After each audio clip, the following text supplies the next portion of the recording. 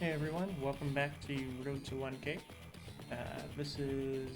Today's match is going to be this Tier 2 high funds match on the map Odyssey Zero versus Black Bluff. This will be a pretty quick one, but it will at least show at least a little bit of high funds basics, and then it also show why on a naval type map like this, grit isn't even like you would think normally that on a high funds map with heavy naval like this is sort of like grit's wheelhouse because he could just spam carriers importantly, and then also he can also spam battleships. But going through this, it's a little bit more complicated than that. Even on high funds, where looking at the property counts here, you can see that it's 44. Does it have HQs? No HQs. So it's 40. No, 42 even. 42 funds per day per player because it's double because of high funds, so it automatically. Like the way I normally do this is you do the total property count and then divide by 2 for standard, because that's assuming it's a tied game with both players grabbing about half the map. With high funds, it's a little simpler because it's double that, so it just goes to the total number of properties up for grabs, so that makes it a nice and even thing to work with. So 44k isn't actually that much. It is enough for like a battleship and 2 artillery every turn, but keep in mind that like Grit's got a lot of ground to cover, so you can't exactly do the battleship spam sort of thing that he might want to. So even though there are like 10 freaking harbors on this map, your boats are so expensive that like even in high funds you're not gonna be able to see more than like 1, maybe 2 ships come out of turn, even on like a heavy naval map like this. The other thing about this map is it's single comm tower, which I mean, now that I think about it, well, actually, it is kind of bad for Grit, because Grit's got a -20. Yeah, -20 on all of his direct units, meaning that his bombers, his fighters, his tanks all have -20% attack. So when you're going up against someone like Max, and like this is a fairly choke pointy map, but you have to make sure that you're dealing with the direct units properly, especially against someone like Max, who can, especially because the important thing on this map actually isn't even the number of harbors, it's the number of airports actually. And the reason for that is like Max is able to spam even just battlecopters, and he can use that to zone out a lot of Grit's ships. And that's going to come into play here, and yeah. Let's see. I know high funds is a bit weird. I think this is, well, let's see. Let's go back to here. Tier 2. So that would be high tier. So I forget if this was the exact list, but Sensei, I like how Jerk is banned. Mainly because of his defensives, but I don't think he's even that good necessarily on a map like this. But, I don't know. Sensei obviously is allowed, because this is back using the old high funds tier list, which had. Well, actually, I'm pretty sure Sensei must have been like top tier. Well, whatever. Anyways, I feel like out of the ban list here, I feel like Max is probably the best. Funbolt's okay. Sasha's still crazy good in Pythons. Like, the thing about Sasha is, sure, she only gets an extra 100 funds per city still, but like, on normal tier 1 standard, she can sort of have enough money to spam her little power a little bit, but on like high funds, she can pop it basically every day because there's so much money on the field that she's gonna be able to just keep on charging up her little power very, very easily, which means that you're gonna have a hard time ever being able to gather up enough charge to actually pop your powers. And the other thing that scales really well with Sasha on high funds is the fact that her power scales with how much money she has in the bank. So on high funds, that accelerates this like tremendously. So honestly, I feel like Sasha might even be tier 2, but tier 3 is probably fine. Sasha.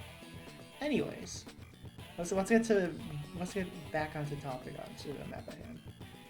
You got these little islands in the centers here that are important because you have these harbors. Obviously, this one, like player 1, needs to take this right away.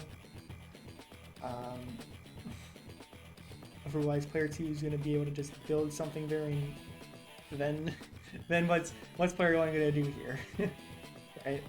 But this is similar to having a enemy city that you see a lot in high funds maps. It's basically just to give player 2 a little bit of extra money, which to try and offset the first turn advantage. Honestly, I feel like 1 unit count plus an extra 2 bonus funds is maybe a little bit extra more than is fair, but I don't know. Like, if you look at map analysis, as you can see here, 54% win rate for player 2, so I feel like this might be a little bit overkill, but it might just swing the other way if player 2 didn't get that, so. Or, I would say either get rid of that or the extra infantry down here, because that leads to a whole bunch of other things, which player 2 can do a little bit easier, which is part of why I was able to win so easily, probably. Well, it's a factor. Anyways, so let's go ahead and get started with the replay.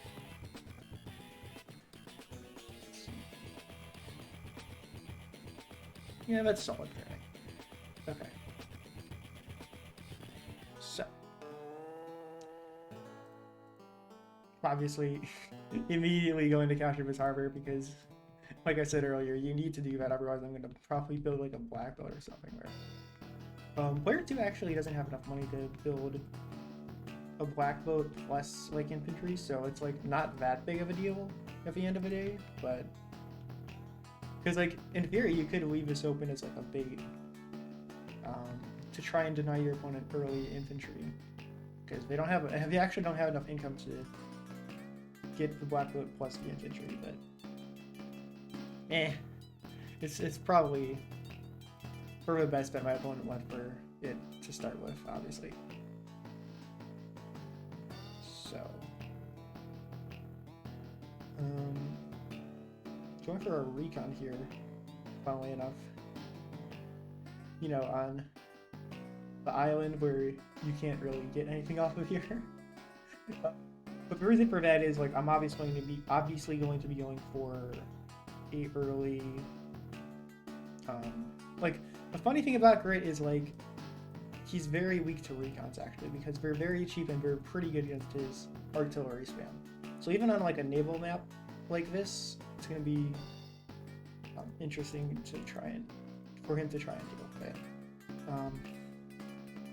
Honestly, I don't know why I got this recon so early though, because I don't really have enough money to build. Oh, well, isn't that interesting?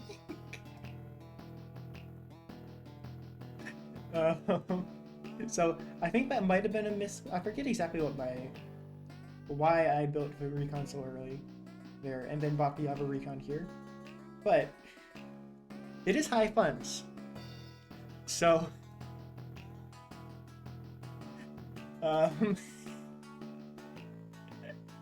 interesting plays may occur here.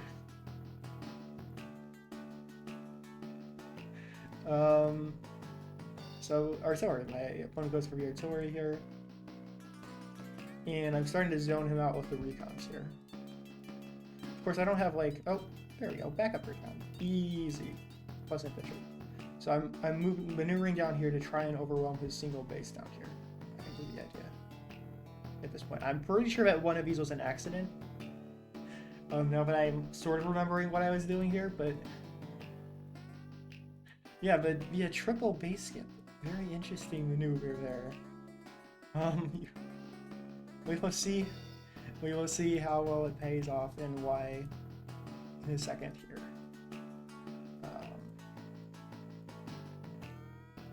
But the main reason you sort of want, the main thing that you sort of want to do on these center islands is like use them to start ferrying infantry to the mainland. What Crit can do, however, which is kind of funny, is this: you can zone out the city with an artillery on this island. When I go for the sub here, because I'm expecting him to start spamming out. Like, if I basically want to make sure that if he sends, if he wants to build like a,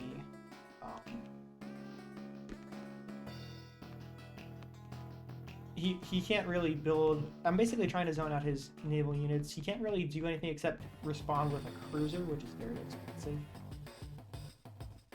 But that would be the most expected response, and grid cruisers kind of suck as well. A grid cruiser, well, I mean, it's cruisers suck all around. So building the sub here is an interesting play. It's a max sub as well, which means it'll be able to consistently, like, let's do this into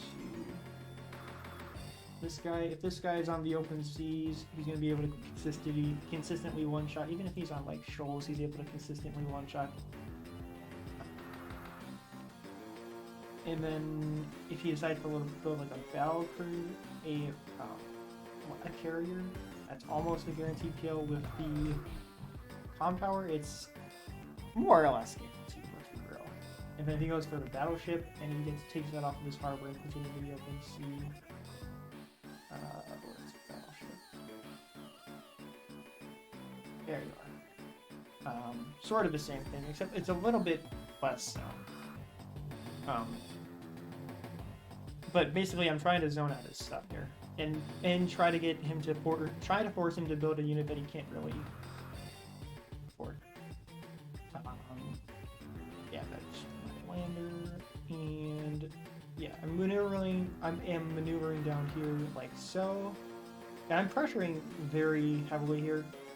The reason why I move like this is it's giving him an option, right? Either he takes the shot onto the recon in the city, which isn't bad. It isn't bad damage. It does a good chunk of health here. But what that forces my opponent to do here is base skip. If he wants to take this shot here. And because it's a recon, it's only doing like a little bit amount of funds total damage. But this is part of why recons are so freaking good against grid, and max recons especially, because they have that extra 20% firepower bonus. But you can just send them towards your opponent very early on, and you can, if you can get up in his face like this, especially on like a mixed base setup like this, grid is very, very weak against the recon spam. Just targeting one of his bases, you can very easily overwhelm him. And the thing is, like, grid can push into your city sort of in a similar manner, but it takes him a while to get there because artillery are kind of slow, whereas recon can just zip past everything, especially if there's like roads and stuff. But That's the thought process behind putting this recon here. I'll go for the transport copter here as well. Starting to try to get my infantry over to this area because I haven't really been the best with capture game so far.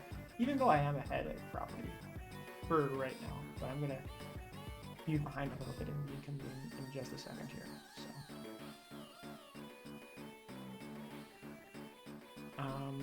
I'm actually staying off the city for right now, but I'm basically keeping myself working in such a manner that he's gonna have to maneuver his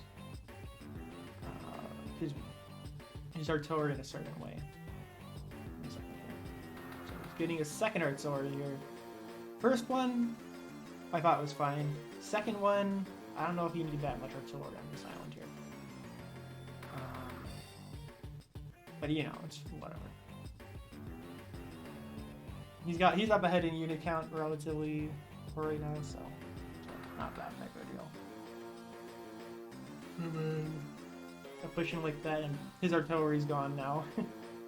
He's not going to be able to take out this guy either, and he can't really do much with his tank without base blocking himself, which is important here. And then I'm moving with the recon there as well. So he can move in against this guy with his tank, but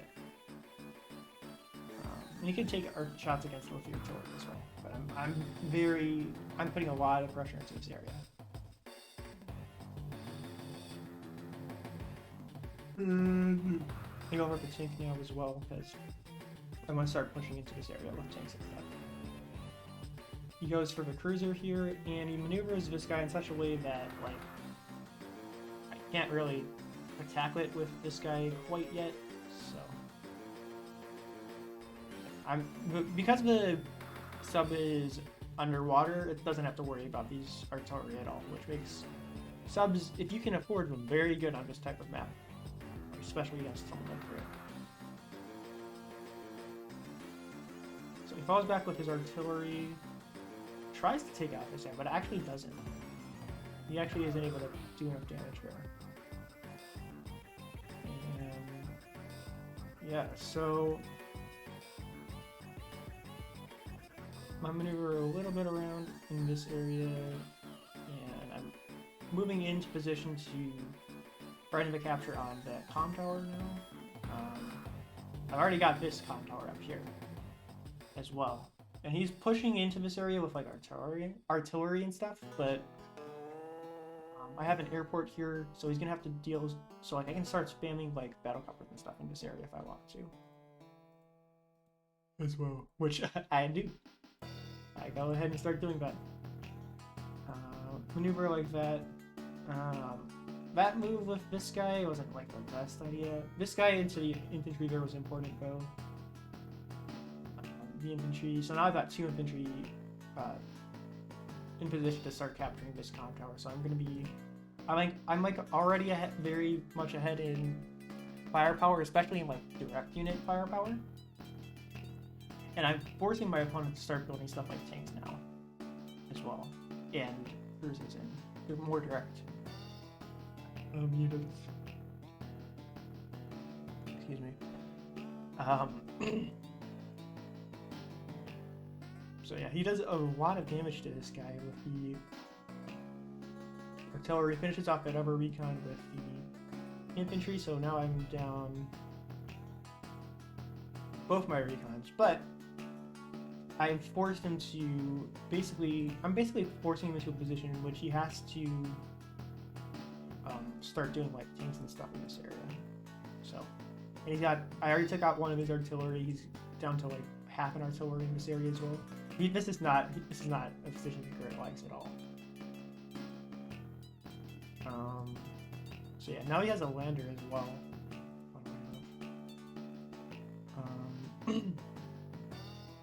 And he goes for third artillery here. I'm not like he is zoning this area out a little bit, and then with his power,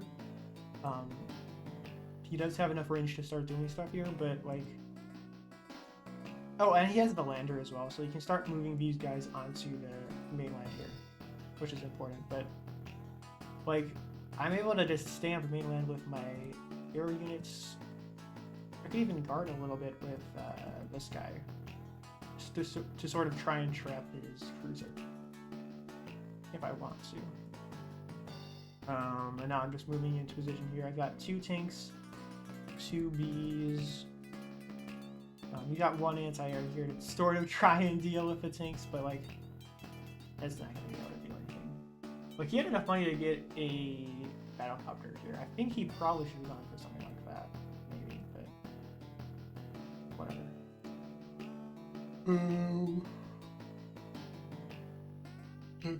Oh, I'm gonna go for a tank here. That's fair. So now he's starting to cap this area a little bit. He's got a lot of artillery, and then he's got the cruiser finally as well, which is pretty important because this guy can move basically wherever he wants in this area as well.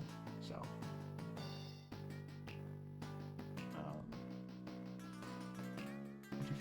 he goes in a position like that to try and find my sub, but he's sitting pretty right here, so doesn't have to really worry about much.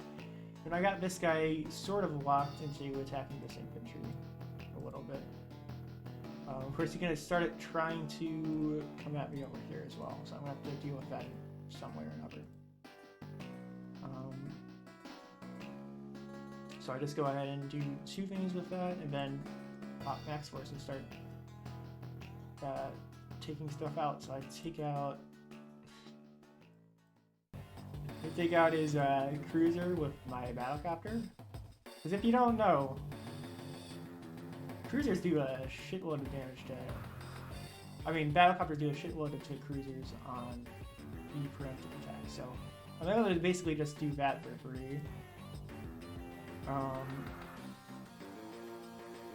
That's part of why I was really happy when I basically sort of forced him to build a cruiser, because it allows me to just spam battlecopters in this area and not really have to deal with much from that point here. I actually finished off that 2 health with the infantry luck roll, so it was basically probably at like 20 health exactly. Let's see. He's on a road, so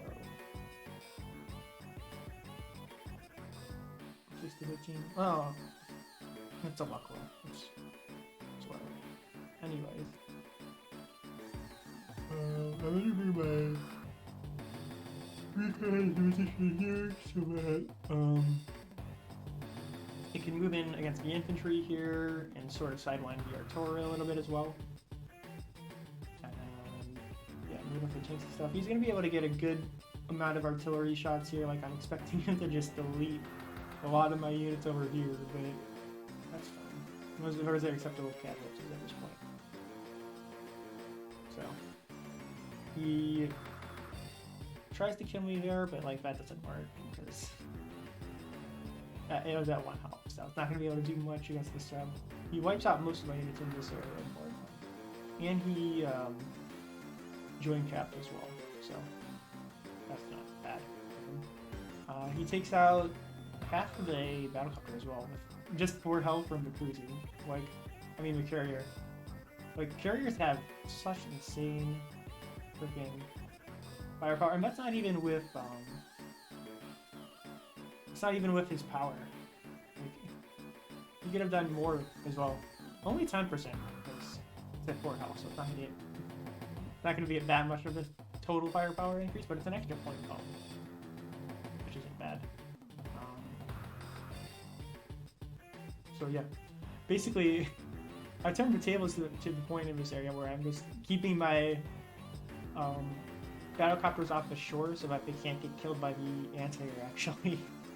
Even I'm attacking his other units over here with the battlecopter. Interestingly enough.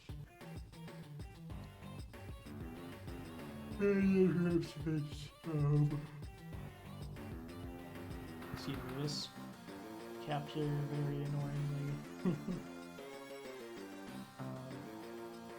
but he's actually not doing all that much here. He moved the artillery off of this guy as well.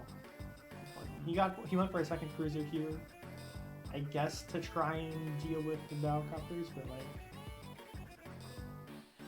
I'm gonna say I can just keep him on the mainland here. There's not much you can do with the cruiser, so I'm gonna maneuver like that. Take out the tank, take out the infantry with the well, it's like slightly weakened recon here. Cap there. Start zoning out his base as well, importantly. Finish off the cruiser with my sub, and just kick him off of there, and then get a good little bit of luck damage against the tank as well. Pretty sure all of these guys are going to be just deleted in a second here, but that's fine. I need to put the pressure up here a little bit. And yeah, then I start zoning out this area with the battlecopters. Importantly, I'm blocking his harbor here, so he can't really build any more cruisers or carriers or what have you from that harbor. And then I go for the mega tank here. Mega tank is funny because it's very, very tanky. So if I leave it on like this city here, he's gonna have a hard time trying to push through with just artillery. Of course, he has a lot of artillery here, so he'll actually be able to make a good amount of headway in this area. That's the mega tank. But like I'm gonna be able to do a good amount of stuff here. I'm gonna be able to push it a little bit here. It's the important thing. And hopefully it's going to be allow me to take out these anti-air at least, so I can move with my battlecopters. So, more battlecopter spam. And I block this harbor with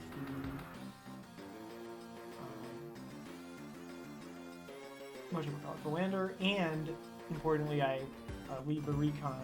I put the recon back in the lander, so it isn't just off by whatever my opponent wants to send him this way. So he takes out a couple things. His anti-air actually isn't able to do much here.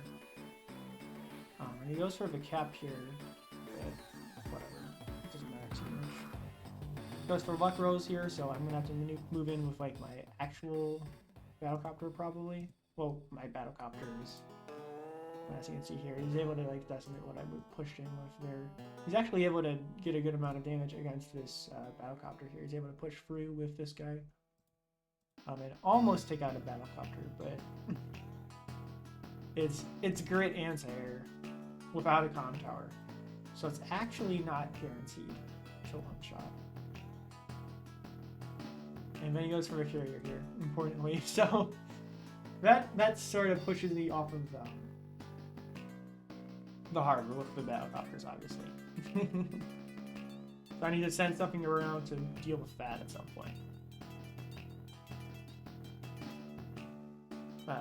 But I'm able to like still take out a couple units in this area. But like this guy is at 2 health, I don't really care if he gets shot down at this point. Finish off that guy. Put him there. I'm actually blocking with the 1 health now too. So him not having the comm tower to be able to guarantee one shot with the anti-air is really coming to bite me in the butt here. I pop max force, so I get a couple good encounters here to take out that guy, take out the tank, start capping this base even. Moving with the battlecopter, get a sub down here to eventually send over here to free up my stuff here, so that basically try to scare his carrier away. I had enough movement anyways with the mega tank to take out the anti-air, so that movement to here was kind of, I don't know if it was the best idea, especially considering it wasn't guaranteed to kill. But I think it was sort of what my opponent had to do at that point. And then I move in like that. Battlecopter. Ship with a weakened infantry so that he can't really cap much with this infantry. And then just build another battlecopter. So he pops his super here. which is good. It allows him to do a couple things here. It allows him to get chip damage on my mega tank with 2 artillery, which is nice. And then he just resigns. Reason he resigns.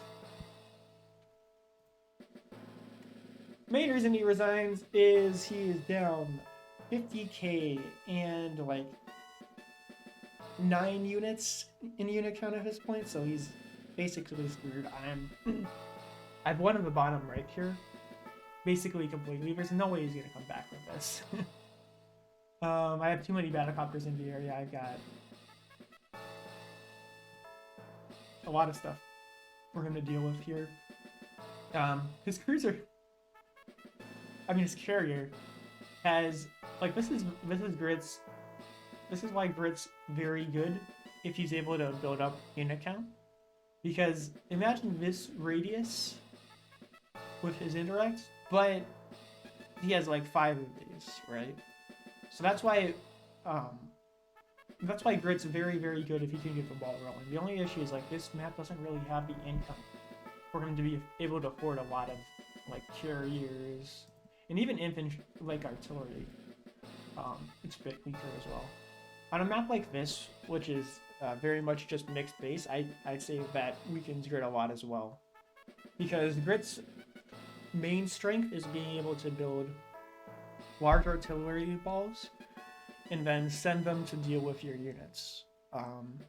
So having singular bases cuts down on his ability to do that, which is very important, because that's his main strategy, especially in high funds.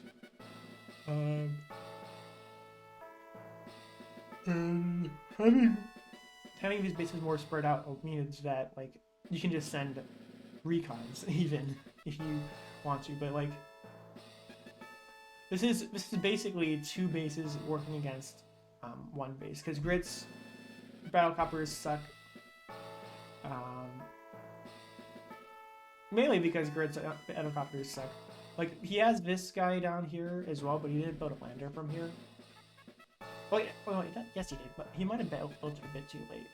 Because he wasn't able to reinforce too much with the artillery. Like, he was able to get a nice artillery block going here. But he wasn't really able to do too much with it other than that. And yeah, just being... Basically, what you want to be able to do against Grit is be hyper-aggressive against him. And takedown is not allow him to build up unit count. If you're able to get a preemptive strike against Grit and make it so that his unit count is like severely reduced before he's able to do much, then you win. If he's able to build up an artillery ball and then support units like anti-air and fighters and even missiles maybe to help back up his artillery balls, you're gonna end up being screwed. Like that's one of the main things about Grit is like his fighters, like, they're solid. I'm not gonna lie, they're very solid. They still do around half damage to your fighters. But they're also very good against like battlecopters and stuff like that. And if he's able to like take out, like he's able to zone out most of the land. Like Grit's crazy good in standard anyways. Because he's able to just spam artillery, and you're not really able to afford the air units to be able to deal with that. And there's usually only like 1 airport on standard maps anyway, so you're not able to spam attack in waves enough to overwhelm his artillery and stuff. Without opening yourself up to just basic anti-air, because the other thing that was important on this map was I got both comm towers. And that also helped me sleep a lot because, well, at least a little bit. Like, you saw earlier how he wasn't able to guarantee V kill on the battlecopter with the anti-air, which let me keep my unit count, which basically just means he has more targets to shoot at here. His carrier's got choice paralysis here. He's got like 5 units that he wants to take out. You could either take out like a healthy battlecopter. These guys are actually close enough that they might threaten the carrier just by themselves, even.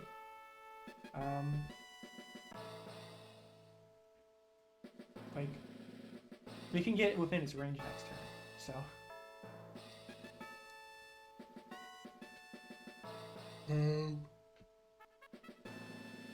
Yeah, that's basically it. Is when you're dealing with great and you're dealing with carriers, you basically want to build up a nice amount of units, and then put all of them in his range at once to overwhelm him, and then like you're gonna lose a good amount of your attacking force, but as long as you have enough firepower left after he takes a shot to like rout his artillery block or his carrier or what have you, you'll win. If his artillery block is big enough that doesn't touch it, or he has enough infantry in the way so that you can't really move in to attack him, or he has like fighters and stuff and blocking the way, then you're well and truly screwed. Like Grig is a very dynamic type of CL in this game. But I think I've talked about this for a little bit longer than I maybe should have. So, next week's match is going to be another high funds. And it's going to be Drake versus Max, which will be interesting. 15 days, Malachite Trail. So, I mean, there are harbors on this map, but like there's not much that you can do with them, other than black boats, maybe landers. But yeah, that'll be next week's map. If you enjoyed the video, do go ahead and like, subscribe, and all of that nonsense. And yeah, next episode will be Friday at the normal Road to 1K time. And I will see you guys then.